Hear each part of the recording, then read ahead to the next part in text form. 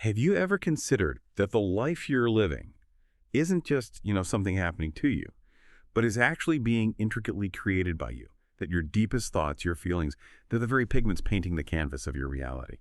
It's a pretty profound concept, isn't it?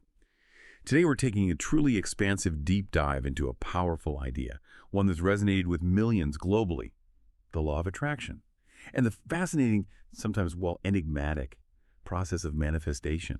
Our source material for this deep dive, it comes directly from an incredibly insightful, really candid interview with the very creator behind this secret. Yeah, we're going straight to the core insight she shared. So our mission today is to distill the most potent nuggets of wisdom from this illuminating conversation, to offer you maybe a shortcut to understanding this powerful concept. We'll reveal some surprising facts and offer practical, actionable insights that could, fundamentally alter how you view and shape your life, equipping you with knowledge, not, overwhelming you with information. Okay, let's unpack this. We're stepping into a realm where your internal world isn't just a reflection of your external reality. It's very blueprint. And our expert guide here has some fascinating insights into how this profound connection actually works. Yeah, what's truly fascinating here is how the core message, it really transcends simple wishful thinking or, just having a positive outlook. It points to an inherent, powerful creative capacity residing within every single human being. Our exploration today is about synthesizing diverse information from the source to understand not just what is being created in our lives, but more importantly, how we are creating it and why this understanding matters so profoundly for your daily experience.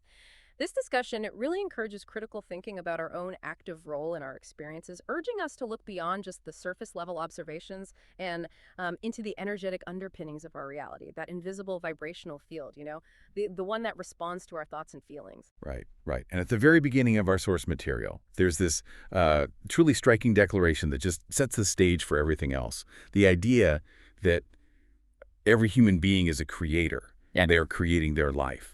This isn't just about the power of our thoughts in isolation, like they're these independent things floating around, but a much deeper truth about us, about our inherent power. The creator of The Secret, she makes this distinction really clear, stating, and I quote, "It's not that our thoughts are powerful, it's that we are powerful." Yeah. That's a crucial fundamental difference, isn't it? It really is. Yeah. It implies that our thoughts are more like tools or expressions, Yeah. blueprints maybe, that we as powerful creators wield. Exactly. So when you focus on a thought and truly hold that focus with conviction, that thought doesn't just linger in your mind. It will eventually manifest in your physical life. Our mind, she explains, is super, super, super powerful, capable of shaping reality for good or, indeed for worse. Mm-hmm. And just think about that for a moment. It suggests you're not merely a passenger in your life, just observing things unfold. You're actually the driver. Even if, maybe, you haven't consciously been holding the steering wheel up until now. Wow. Okay. And if we connect this to the bigger picture, this fundamental understanding, it profoundly shifts our perspective on responsibility and agency in our lives.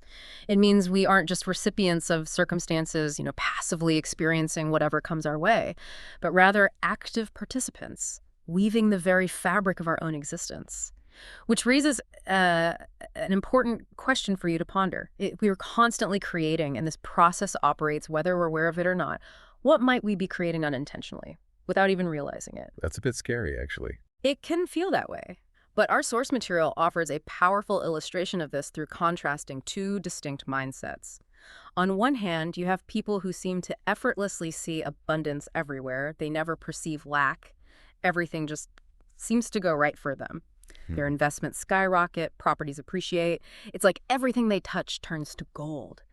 This, our source explains, is attributed to a mindset geared entirely toward wealth and abundance, where their dominant thoughts and beliefs align with prosperity. Right. The person who just expects good things. Exactly. Conversely, we're shown the pervasive lack mindset, when individuals frequently articulate thoughts like, "I'm broke, I don't have enough," or "I don't have enough to pay my bills." Well, the law of attraction, being a precise, impartial mirror, it responds by maintaining and perpetuating that exact state of not enough. So it just gives you more of what you're saying. Precisely. The direct and unflinching correlation is made explicitly clear. Whatever we say is what our life will be. If you consistently say you don't have enough money, then by the law of attraction, you simply won't. It has to match your vibration. Similarly, if you talk about not feeling well, the universe mirrors that by attracting more unwellness. Mhm. It's a universal law, impartial to what you desire or don't desire. It simply amplifies your dominant thoughts and expressions, providing more of whatever you choose to focus on and verbalize. This means our words. They aren't just sounds, they're energetic commands, really. Okay, this is where it gets really interesting and maybe, like you said, uncomfortably relatable for a lot of us. Our source material highlights how incredibly easy it is to fall into this trap, right? Ah. Creating more of what we don't want. For example, if you're constantly saying, I'm so overwhelmed, there's just so much going on right now and I can't get on top of things, what happens next? Well, the interview clearly states the consequence. Guess what? More overwhelming is coming. It's not just anecdotal. It highlights how directly our consistent internal narrative impacts our external reality. And this principle applies across the board. Thoughts and speech about frustration, stress, feelings of lack, all of it. The expert explains that until we genuinely think differently, our circumstances simply will not change. Crucially, the interview emphasizes that all the action in the world will not override a belief that we have. Okay, that's huge. Action doesn't override belief. Right. She elaborates on this, giving the example of someone working incredibly hard, maybe earning more money. But if their underlying belief is still, I'm overwhelmed or it's never enough, they will continue to experience that feeling.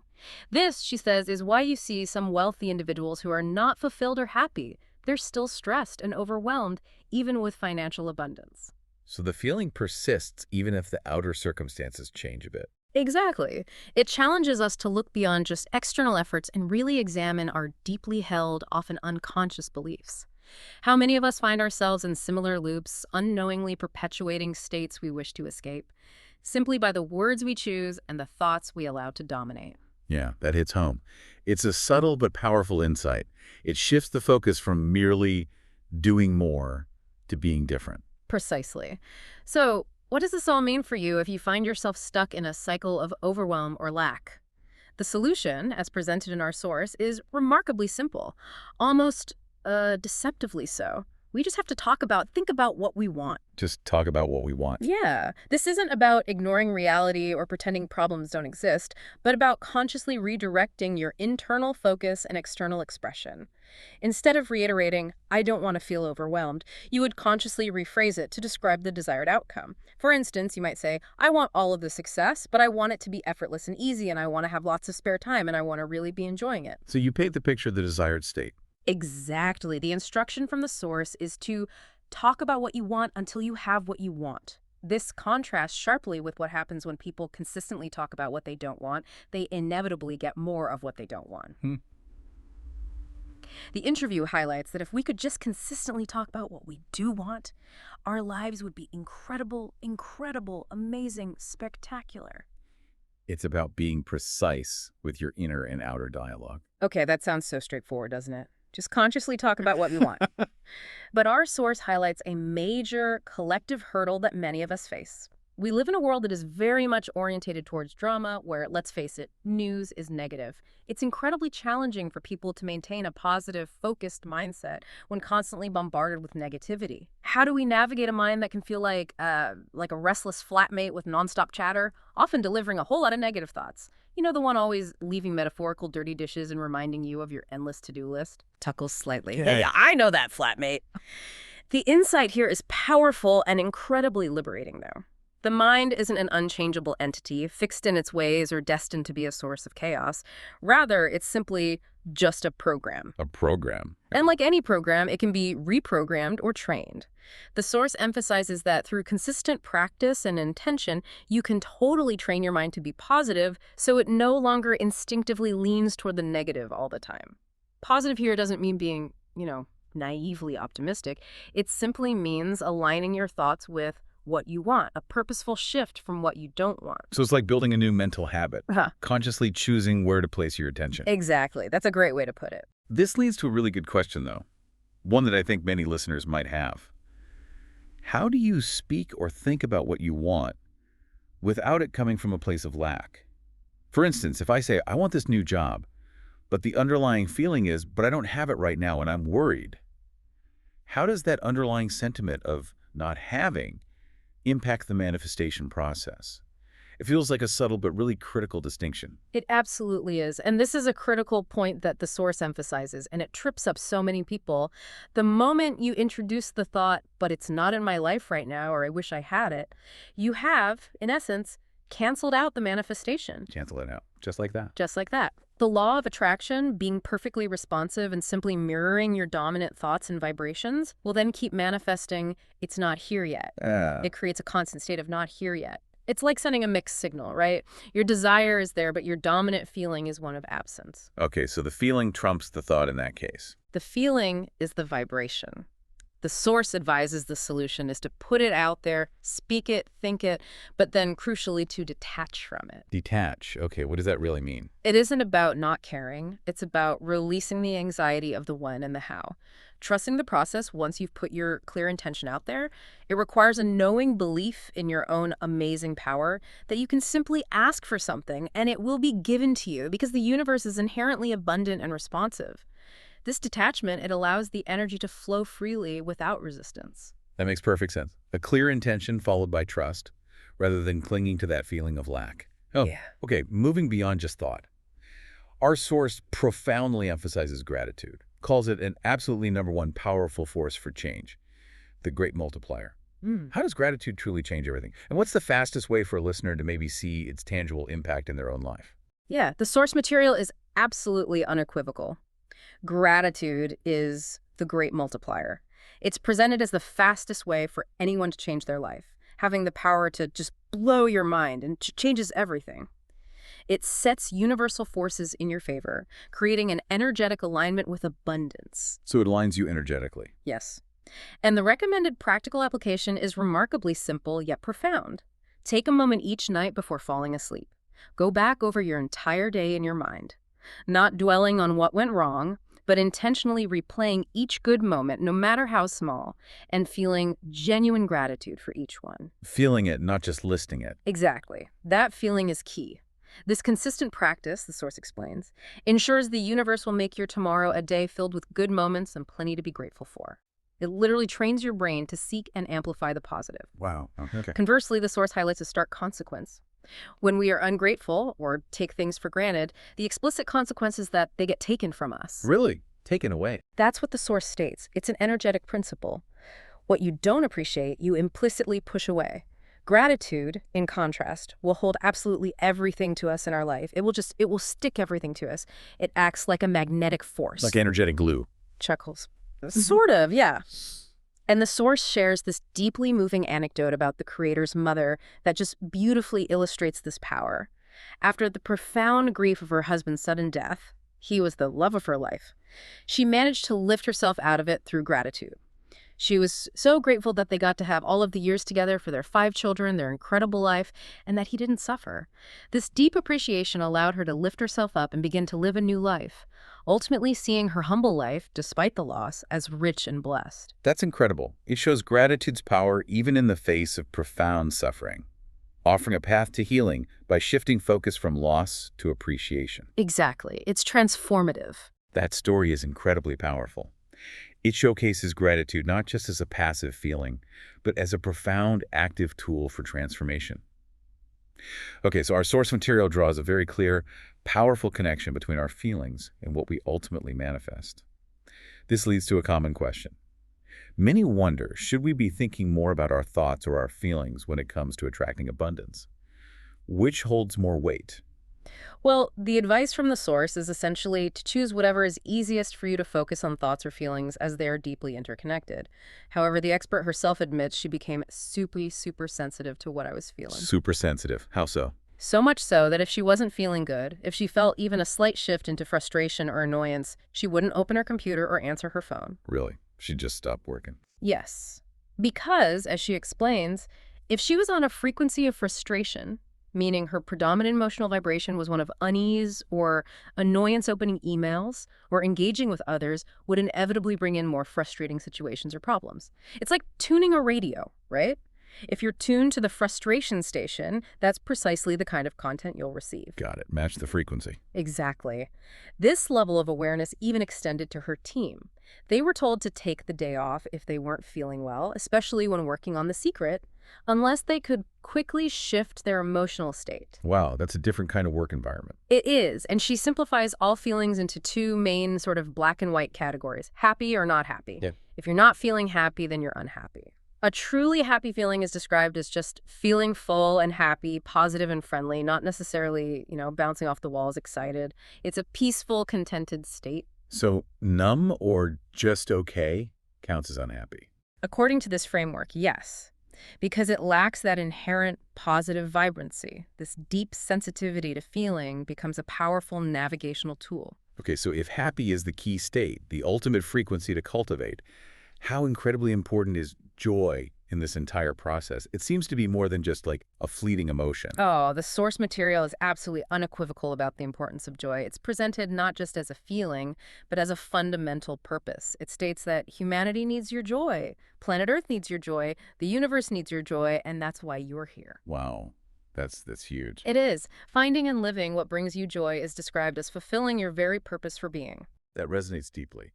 I remember in my early 20s, I really struggled. I didn't think I was very smart. School was tough. And I had this ingrained belief. I just wasn't smart enough for, well, much of anything. I felt like I lacked the conventional skills for a successful career. I was trying to figure out how to make money, find opportunities, feeling pretty lost. And then I had this pivotal moment. I just decided, okay, I'm going to bring joy and happiness everywhere I go. That's going to be my thing. So when I'd enter a room, I think this is a pathway to joy. I'd consciously smile, open my heart, engage with people, ask simple things like, how's your day? And you know what? They'd smile back. That mirroring energy, I didn't know my purpose, but I just said, I'm going to be joy. Mm-hmm. And it was remarkable. Things started to unfold. Financial opportunities appeared. People wanted to be around me, wanted to help me. I didn't fully grasp why then, except for that consistent joy I tried to bring. It really does unlock opportunities. That's a beautiful example of it in action. And the source backs that up. It emphasizes that joy is on the same incredibly high frequency as love, making it an incredible state for manifestation. The interview highlights that nothing is more important than that you feel good, because when you feel good, you're operating on a feel-good frequency. Everything you encounter, people, circumstances, events, will then also be feel-good. It leads to this profound positive snowball effect. And it manifests faster too, right? Exactly. Joy is a really high frequency that allows you to manifest so fast. Your desires materialize much more quickly. In contrast, grief and despair, they manifest very slowly, which acts almost as a protective mechanism, slowing down creation when you're in a vulnerable state. That's a crucial point about the speed and the protection in lower frequencies. Okay. Okay, but what about those incredibly tough moments? Profound sadness, deep pain, even clinical depression. How do we apply these principles when we're truly in suffering or loss? When feeling good seems utterly impossible? And what does it truly mean to be grateful for challenges when they feel just unbearable? Yeah, that's the million-dollar question, isn't it? The source offers a counterintuitive yet really profound perspective on challenges. Even in breakdown, stress, or suffering, everything is always on track. These difficult experiences aren't roadblocks, they're catalysts. It's all of the hard things and apparently negative things that happen to us which give us deep desire to change our lives. So the pain fuels the desire for change. Precisely. Therefore, we should be grateful for them because they have given you the strength and determination to manifest something different. They serve as powerful initiators for change. Okay, grateful for the push they give us. Exactly. And the creator shares her personal experience of hitting a profound depression due to extreme worry about her daughter. She tried thinking positive thoughts, affirmations, all the usual tools, but she found they felt weak, lacking true power or impact against her deep emotional state. So her radical solution was this. She decided to not resist the depression, but to love it. Love the depression. How does that even work? She describes it as imagining putting my arms around it and pulling it into me. Now, this was incredibly hard to do. Our natural inclination is to push away pain, right? To numb it or escape it. But because she knew that universal principle, what you resist persists, she decided to do the exact opposite. So she leaned into it. Exactly. The moment she fully embraced the sensation of depression, brought it into her without fighting it, it just evaporated. Now, after a few hours, the feeling would return, but she said it was at a significantly lesser level, like a wave receding. Within 3 days, it was totally gone, whereas her previous resistance had kept her stuck for much longer. 3 days. That's incredible. It is. She explains the underlying truth. Nothing negative can remain in the face of love. Love, she clarifies, acts as light, making darkness disappear. This transformative experience not only freed her from depression, but also allowed her to share this profound method, demonstrating how even profound challenges are part of our magnificence, driving us to grow and discover new paths. That's a truly revolutionary approach to dealing with pain, to embrace it with love. It challenges our very instinct. Okay, this brings us to another critical emotional state. What about resentment, anger, lack of forgiveness? If we hold on to those things in our lives, can we truly manifest and attract beautiful things? And what are the consequences of clinging to those emotions, even if we're trying to think positive thoughts? Yeah, the source addresses this directly. While you might still attract some things because you are, by your very nature, creating daily, those things will not bring us peace and happiness if your heart is simultaneously full of resentment. So the manifestation might happen, but the feeling won't be right. Exactly. In fact, the source says if you're full of resentment, you will attract more people, circumstances, and events that will cause resentment. It's an energetic feedback loop. Oh, wow. So this brings more of the same negativity. Right. And this continuous attraction of negative circumstances, it serves a purpose. It just shows you that there's something to let go of. Carrying resentment, blame, or anger is like carrying an energetic force that actively attracts more of those experiences and resists the abundance of peace and harmony. It's a self-imposed block. A block to peace. Makes sense. And this connects deeply to ancient religious texts and wisdom, like the teaching to love thy enemy. From this perspective, it makes total sense. Not carrying those energetic burdens of hatred or blame prevents attracting more of them. The law of attraction is impersonal, remember. What you think or say about others, particularly negative judgments or blame, you are actually bringing to you. Because the law of attraction is just responding to your thoughts. It's none of it's personal. It's always about your vibration. So even judging someone else lowers my own frequency. That's the idea. Kind thoughts, therefore, benefit you directly by elevating your frequency. Gossip, for example, is described as a very low frequency that doesn't empower you to attract what you want because it pulls your vibration down. It's a powerful reminder that our internal landscape is constantly shaping our external world, even in our relationships. That's a powerful call to self-reflection on how we treat others, for our own sake. Now, a very common criticism, or maybe misunderstanding of the law of attraction, is this idea that you can't just think something and expect it to appear without putting in the hard work. Without action, without consistency. The world just doesn't work like that, right? How would you respond to someone saying or thinking that? Maybe someone who feels like they've been working tirelessly but still aren't seeing the results they want. Yeah, that's a frequent point of contention. The expert's stance on this is quite direct and unwavering. She states, I always kind of feel that everybody has the right to think what they want and believe what they want, and I know it's not the case. So she just disagrees fundamentally. Fundamentally. To illustrate this point, she recounts a powerful teaching from a renowned teacher named Lester Levinson, who apparently lived a life that defied conventional wisdom. He told his students, and this is a truly impactful statement, if you want something, I could lock you up in a room and padlock that room, and you ask for that and you know you have it right, you know you have it now, and it will come, and nothing in this world can stop us. Wow. Locked in a room, and it will still come. That's the claim. Yeah. The crucial insight here isn't that action is entirely absent, but that when you have effectively used the mind to manifest, the physical action required becomes effortless.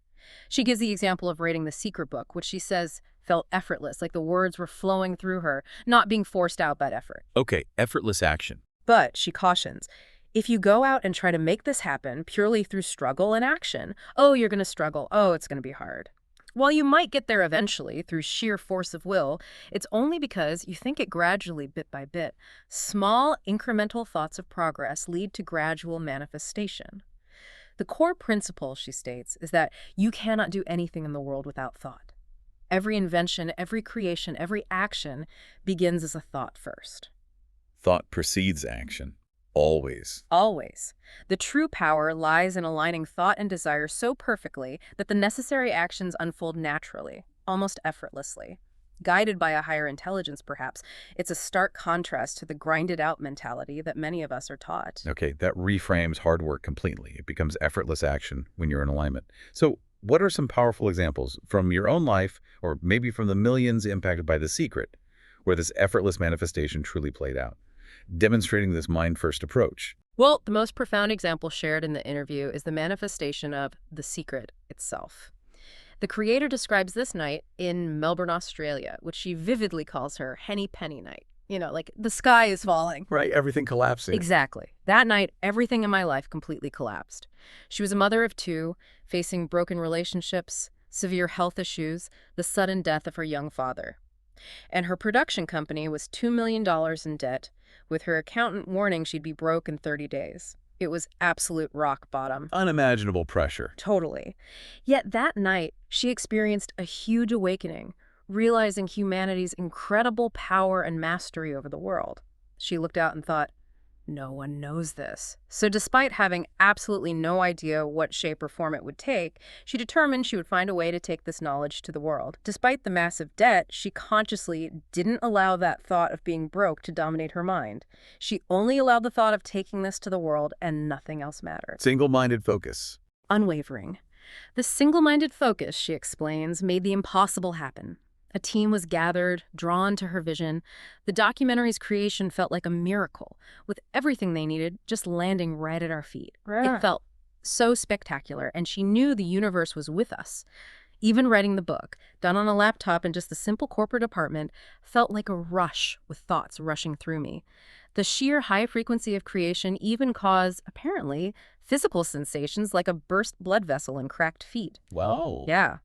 She explicitly states she saw it in bookstores in her mind first, felt the book in her hands, then was asked to write it. Despite not being a seasoned writer, she simply affirmed, yes, I am. It wasn't about trying, but knowing. Knowing she was the writer. Exactly. Beyond her own story, she shared countless success stories from book signings. One person who had been cleaning a bank diligently visualized and manifested their own top sound studio in LA, along with a perfect partner, a dream house, children, international travel, she says. Every single thing that they wanted, they received. These individuals consistently practiced gratitude, affirmations, and consciously stopped negative thoughts. Amazing transformation. Truly. Another powerful example was a woman who had desperately wanted a baby for years, experiencing multiple IVF failures and miscarriages. She had consistently visualized getting pregnant, but faced significant inner resistance from past disappointments. The advice given was transformative.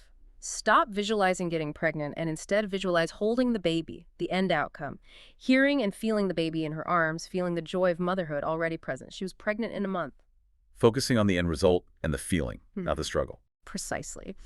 And finally, she shares the incredible story of two Australian girls, Olympic volleyball players, who were far from favorites in their games. Before the event, they filled their entire apartment with gold awards, visual cues of their desired outcome, surrounded themselves with the visual and feeling of winning gold. The expert notes, do you think anyone could have beaten them? No chance. The win felt effortless for them during the actual competition because they were in the flow, getting the right breaks, everything happening the right way. Because they already won it in their mind. Exactly. It powerfully reinforces that when mind power is used effectively and consistently, the action unfolds effortlessly, almost as if the path is cleared for you. Those stories are truly inspiring, especially that shift from visualizing the struggle to visualizing the desired outcome. This leads us to a subtle but profoundly impactful distinction in the process. The difference between simply believing something will happen and truly knowing it has already happened. Can you elaborate on this? Yeah, this distinction is really crucial for, let's say, advanced manifestation.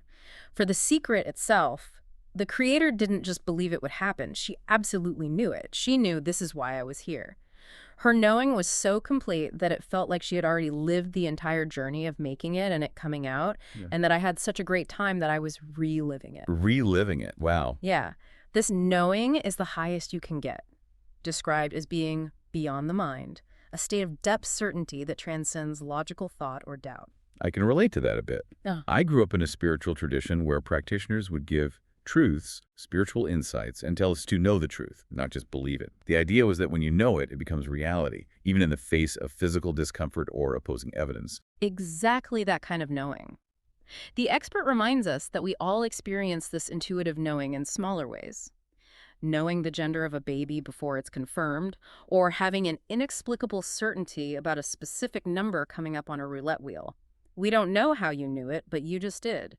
This kind of knowing operates above the mind. tapping into a deeper level of consciousness. Okay, but do you have to reach that state of knowing to manifest? No, and that's important. She clarifies you don't have to be at the absolute peak level of knowing to manifest. You just have to be at believing. And specifically, you just have to be more believing than not believing, tipping the scales. For someone who is constantly waiting for something to manifest, the underlying reason is often that they are not believing it is done already. If you feel the need for patience, she says, it's an indicator you're not yet believing it's manifested. True belief means it's already done in your mind, and the physical manifestation is simply catching up. Patience as an indicator of lingering doubt. That's a powerful reframe. Okay, this concept of truly knowing and believing, even before it's physically here, naturally brings us to the powerful practice of acting as if. Our source material is rich with wonderful, tangible examples of this principle, and I've even seen it in my own life. My fiance, her family is Mexican, and she shared this delightful tradition they have around Christmas and New Year's.